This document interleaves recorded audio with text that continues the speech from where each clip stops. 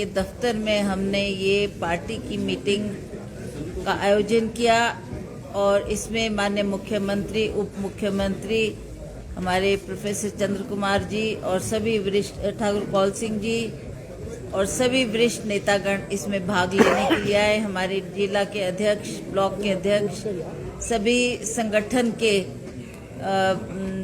पदाधिकारीगण, सभी frontal organisation के हमारे पदाधिकारी है। उसी संदर्भ में हमने ये आज मीटिंग कॉल की थी और इसमें काफ़ी विस्तृत तौर पर हमने चर्चा की कि किस तरीके से हमने ये चुनाव जीतना है।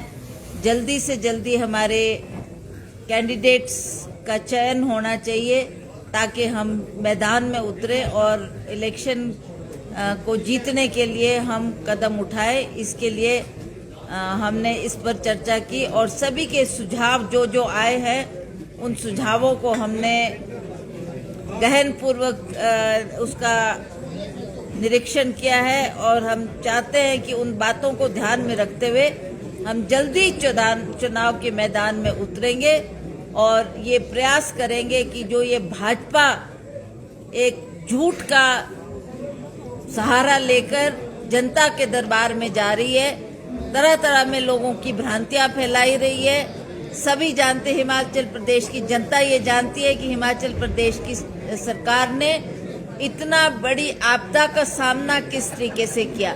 हमारे को केंद्र सरकार से कोई मदद नहीं मिली और हमारी ही सरकार ने इसमें एक पहल की, 4,500 करोड़ की धनराशि देकर लोगों को राहत पहुंचाने का कार्य किया, लोगों के घर बनाने का कार्य किया और लोगों को जो भूमिहीन हो गए थे उनको भूमि देने का काम हमारी सरकार ने किया।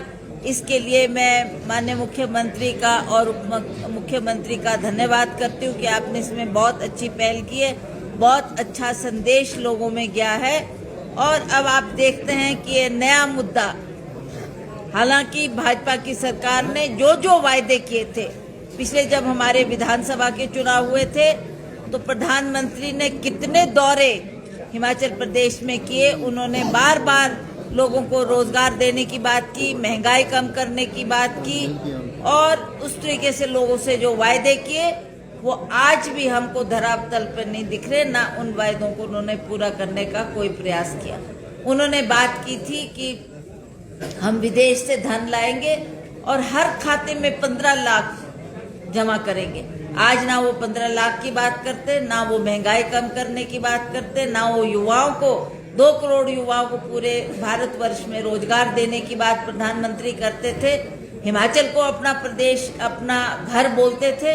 पर हमें अफसोस है कि प्रधानमंत्री जी ने हमारे साथ एक बहुत बड़ा खिलवाड़ किया है और जिस तरीके से आज वो राम के मुद्दे को लेकर आज जगह जगह जाकर एक जो संदेश देने का प्रयास करते हैं, पर हम जानते हैं हिमाचल प्रदेश में 98% लोग हिंदू धर्म से जुड़े हैं और आज से नहीं, सदियों से हम अपने देवी देवताओं को पूजते आए हैं। उसमें राम भी हर मंदिर में आपको मिलेगा और इसको लेकर आज ये इतना बड़ा बवाल खड़ा कर रहे हैं। तो आज हम भी ये कहना चाहते हैं उनको कि हम भी राम के प्रति आस्था रखते हैं, राम के प्रति श्रद्धा रखते हैं, राम को नमन करते हैं और जब भी हमको मौका मिलेगा हम भी अयोध्या जाकर हम राम जी के चरणों में अवश्य नमन करने जाएंगे।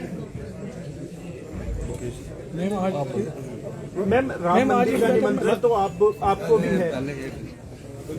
ऐसा है, जो आज की मीटिंग हुई है उसकी बात हम आपके सामने रख रहे हैं और उससे डिफ्लेक्ट मत करो आप।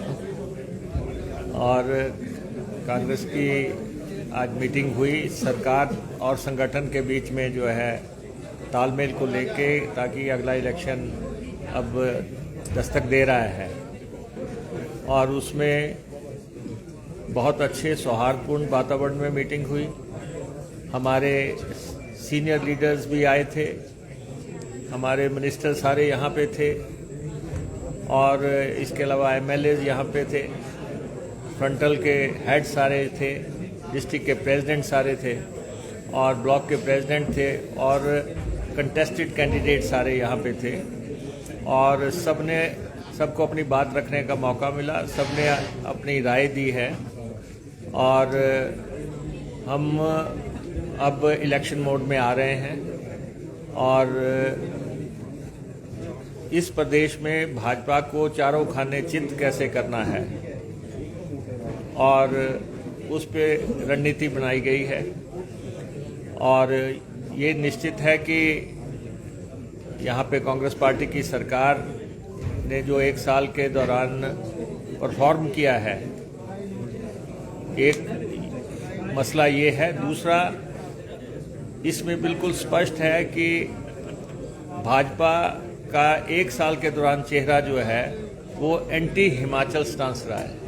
उन्होंने हिमाचल के विरोध की मानसिकता रखी है और ये हम जनता तक लेके जाएंगे फैक्ट्स एंड फिगर्स के साथ कि किस ढंग से ये दिल्ली में हमारी ग्रांट्स रुकवा रहे हैं, किस ढंग से ये पैसा हिमाचल में नहीं आने दे रहे हैं, किस ढंग से इन्होंने हमारे कर्ज लेने की सीमाओं पे जो है सैंक्शंस लगाई हैं, किस ढंग से इन्होंने हमारे फॉरेन फंडिंग पे सैंक्शंस लगाई हैं, किस ढंग से हमने ओपीएस दिया तो उसके बावजूद ये हमारा 10-12 हज़ार करोड़ जो है उस पर कुंडली मार के बैठे हुए हैं, किस ढंग से ये वाटर सेस में हमारा विरोध कर रहे हैं, किस ढंग से हमारा जो है जो सुप्रीम कोर्ट के अवार्ड के बावजूद ये हमारा पैसा जो है हिमाचल को नहीं दे रहे हैं 4300 करोड़ रुपए का।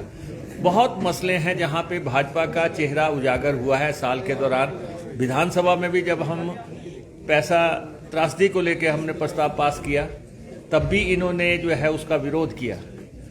तो ये भारतीय जनता पार्टी का असली चेहरा जनता के दरबार में रखा जाएगा और सरकार और संगठन ने पूरे तालमेल से रणनीति बना ली है। कल से सरकार प्रचार में कूद रही है, कल से हमारे सारे मंत्री जो है प्रचार में जा रहे हैं, ड्यूटी सारी लग चुकी हैं और लगभग 5-6 राउंड्स जो है मिनिस्टर्स के एक कॉन्स्टिट्यूंसी में लगेंगे और बात वहाँ पे डेवलपमेंट की बात, विकास की बात, कल्याण की बात, गरीब की सेवा की बात, कैसे इतनी बड़ी त्रासदी को हमने निपटा है और उसमें जनता की मदद के लिए क्या किया गया और केंद्र ने क्यों हमें मदद नहीं की। तो ये सारे पहलू आज डिस्कशन में आए हैं। हमारे काडर का मनोबल बहुत ऊंचा है और जो उन्होंने मुद्दे यहाँ पे रखे हैं वो सब हम अपने इलेक्शन कैंपेन में शामिल करेंगे और सब लोग मिलके कांग्रेस के झंडे को जो है, जो परचम हमने एक साल पहले लहराया था, उसको फिर से हिमाचल प्रदेश में लहराएंगे।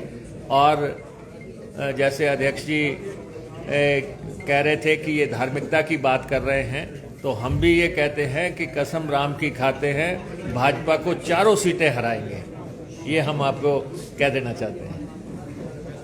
अब माननीय मुख्यमंत्री जी आपको ब्रीफ करेंगे।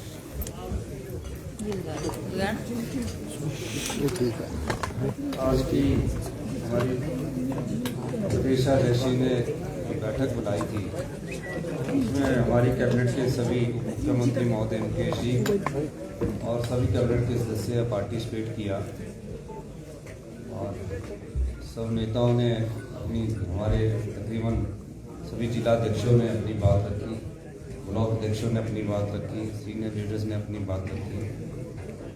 सब में एक बात के तो समानता है। जी हमारे फाइनेंशियल वाइट पेपर के अध्यक्ष भी थे,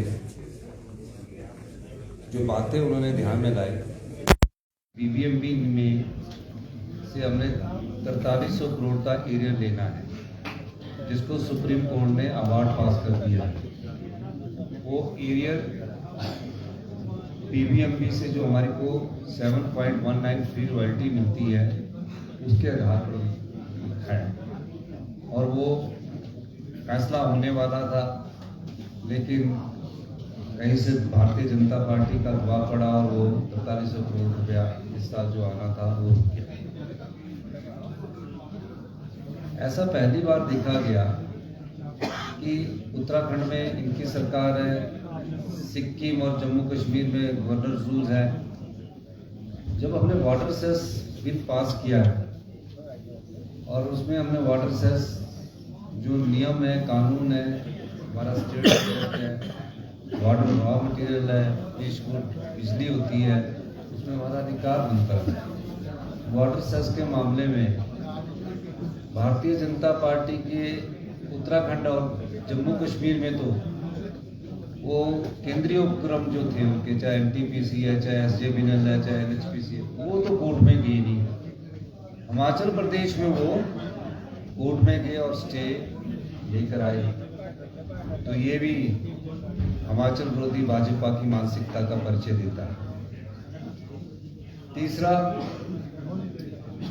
आपदा आई, जो बजटीय ग्रांट होती है, जैसे दिसंबर के एनडीआरएफ की ग्रांट और बजटीय ग्रांट होती है, हमने बोला कि हमें स्पेशल रिलीफ पैकेज मिलना चाहिए।